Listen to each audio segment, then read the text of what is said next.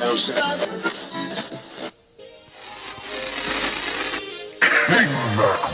up? This is Mac. And I'm Jake. And I'm LV. You're listening to King Mac Radio, where we put the pop in your culture. Hey guys, what's up? It is Friday, May 31st, 2013, and I am Jake, and you're listening to KingMacRadio.com, where we put the pop in your culture. Tyler? Hi. Hey, Tyler. how are you? Can you hear me? Yes. How are you? I'm good. How are you? Good. We're so excited to have you on. Well, let's take it back to the beginning, because we're really interested in how you started this whole viral sensation. You pretty much are like the king of YouTube. I feel like I see you everywhere. What made you decide to do? It was back in 2007, right? Is that when you did your first video? It was in 2007. I had just gone off to college, and all of my friends from high school had gone to different colleges. And so I had a blog where I could keep in touch with them, or I had Facebook and stuff like that. But I remember seeing another YouTuber. His name was William Sled, and he just talked into a camera. And I was like, that would be a cool way to kind of keep in touch with my friends and just tell them stories or show them around my dorm room. And so my first few videos were 15 minutes long, just taking turns talking to each of my 3 best friends that had gone off to their own separate colleges. And so it was a way for me to keep in touch. And then I remember one video had 100 views, and I was like, I don't have 100 friends. So I kind of realized that there were other people watching, and then it I had a moment where I discovered that there was a community and just all these discoveries about YouTube and what it could be, and it kind of went from there. Awesome. Did you expect it to be as big as you've got? How much views you've had? Because I think you've had over 50 million views on your videos on YouTube. Did you ever expect that? Thought it would be anything. No, it never crossed my mind, because it was one of those things where that was not my goal. It was just never a thing that I wanted to do. I always had a dream to be, my freshman year, I had a dream to be a teacher. And then I changed my major and I wanted to do PR. And it never crossed my mind that I could just be a YouTuber. Even up until I graduated college, it was just a thing that I loved to do as a hobby. And now it's my life, which is really cool, but every day it boggles my mind that I get to do it. And I feel very lucky, and every time the number goes up at all of subscribers or views, it's just I cannot fathom that many people care. That's crazy. Tyler, I think everyone has their own personal favorite Tyler Oakley video that's their personal favorite. Mine is you have these British twins on, and obviously that's my favorite for obvious reasons. What's your favorite? Do you have a personal favorite video? Because that's my favorite video. I think I watch that video at least once a day. My favorite, I always say, there's this one called How to Put on a Condom. That's from 5 years ago, and it's a lot less provocative than it sounds. But I loved that one. That one was so fun to do, and while I was uploading it, I was just I just love what I'm doing. It was just one of those moments where it's I can't believe I get to do fun stuff like this. But every year I have one that is just a standout for me. The twin one was really good, and I did one about One Direction that I love. What else do I love? I don't know. There's always a few that are just cool moments where I think they're going to be amazing, well received and go viral or something. And they never usually do. It's always the unexpected ones that do really well.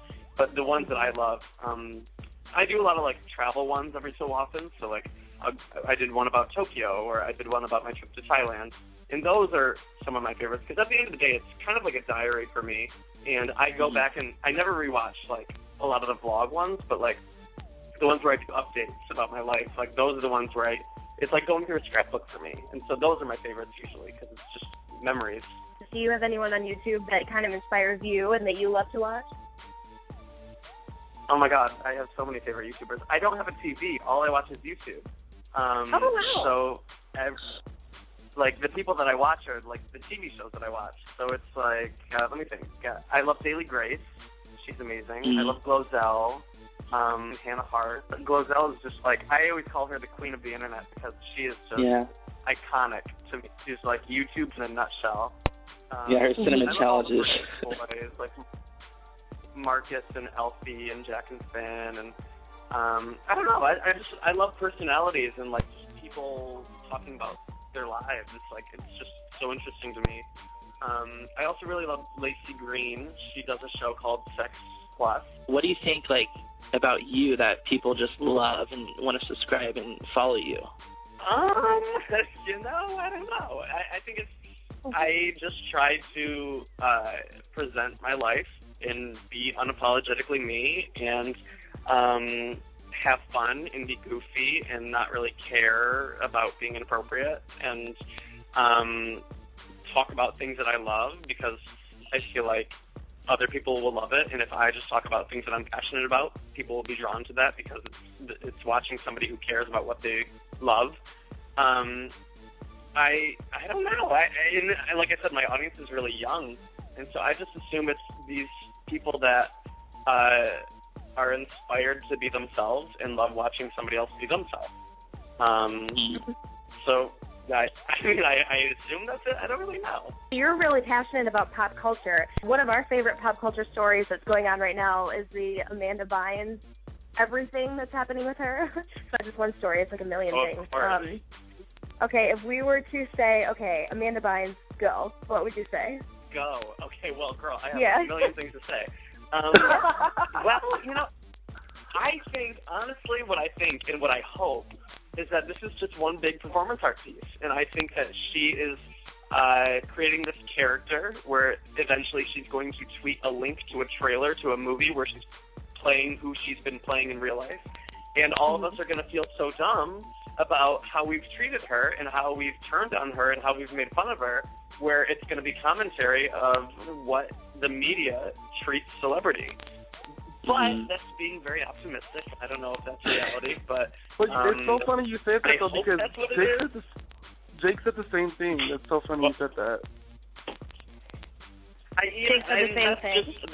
That's hope. That's a whim. I don't think it'll end up being like that, especially with her going to court and her picking fights with celebrities. It's just like, it's getting too crazy. Keeping it in the pop culture field, everyone's talking about how you're a huge fan of Fifth Harmony.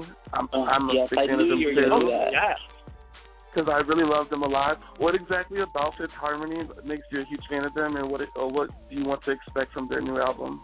I'm obsessed with Fifth Harmony. I met them a few times, and they're the sweetest girls. And they're just, I don't know, it's like, right now I feel like there's a void. Like in girl groups, we have, Little Mix, and we have, I don't know who else right now, but like there's this that you want, like this throwback of Spice Girls, and that for me that's what it's all about. And it's a more approachable Spice Girls. They're just like these girls that are just so talented. I'm obsessed with all of their covers.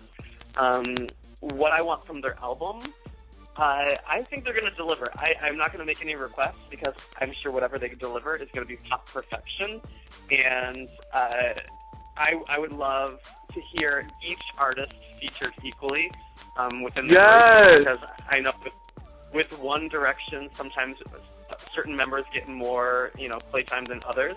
And I just love hearing the different qualities of their different voices, because you can tell who's singing each time. And I love that. I love listening to an album and saying, like, oh, this is so-and-so, or oh, this is so-and-so and so-and-so duetting on a different harmony. Like, I want to have those moments. Is there any YouTube person out there that you haven't teamed up with that you would like to?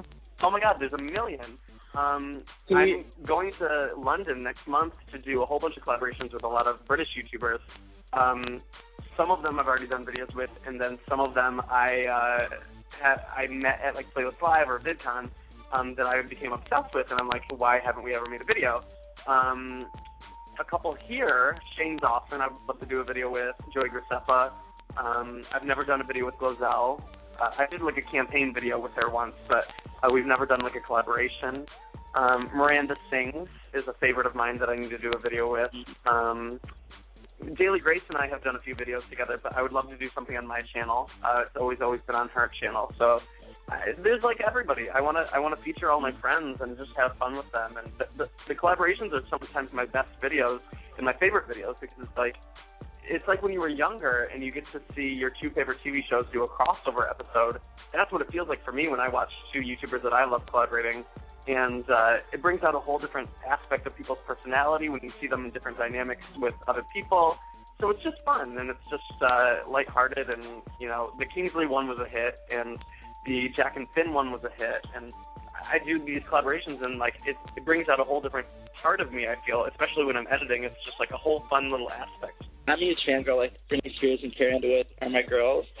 So I just want to know, who would you say is your number one fan? Because I know you love One Direction and Darren Criss. Like, who would you say is your ultimate, like, fangirl, like, celebrity? This is going to be probably surprising for a lot of people. It's not One Direction. It's not Darren Criss. It's Julie Chen. She is on The Talk. She hosts Big Brother. She is, like, my number one as like 10. I'm obsessed with her. And I love her, but, like, she's, like, I don't know. I think it goes back to, like, gays love a icon, like a strong woman icon. And to me, she is everything I would love to aspire to be. Like a host, she is so articulate, and she is so, like, personal and intimate with the people she interviews, and she can just run a TV show and, like, be this awesome honcho woman that, like, just dominates. And I love everything about her. And I don't know, I'm just obsessed with her. Truly, like, if I met her, I think I would cry. I just love how every time she comes on the TV screen, her mug is beat.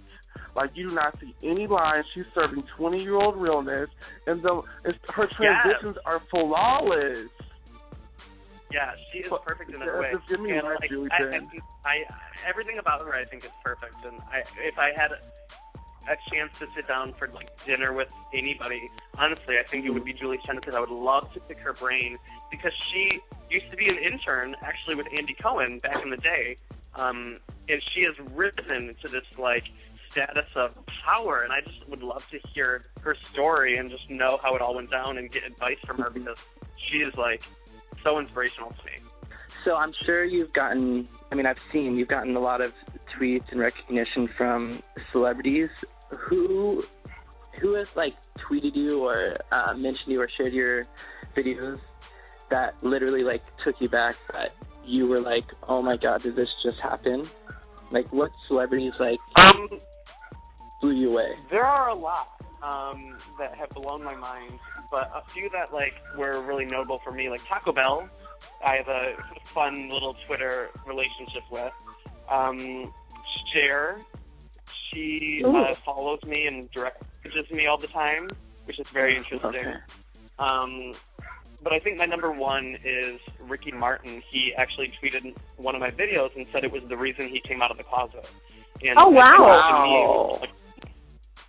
It was a moment where, like, you never know who you're talking to, and you never know who's like, being influenced by you, and it really opened my eyes to, like, what I can do with my life and who I can make an impact on, and it was just, like, this very surprising, surreal experience of, this has reach, and I have power, and I can do good with it. And so it was really inspiring. Oh, and one more thing. I know you're friends with Pentatonix. Would there ever be, like a video collaboration, you guys? I mean, I know you don't generally post videos of singing ever, but would there ever be a chance you guys could maybe do something together? Because I know someone tweeted if that would ever happen. Or could you see it happen? I would totally. And Pentatonix, every time I run into them or meet them, or go to one of their concerts or anything like that, they're the nicest people, and they're so talented. I am obsessed. And, like, every time they put out a new video, within, like, 5 seconds of watching it, I'm like, okay, gotta open my Tumblr and post it, because this is gonna be perfect.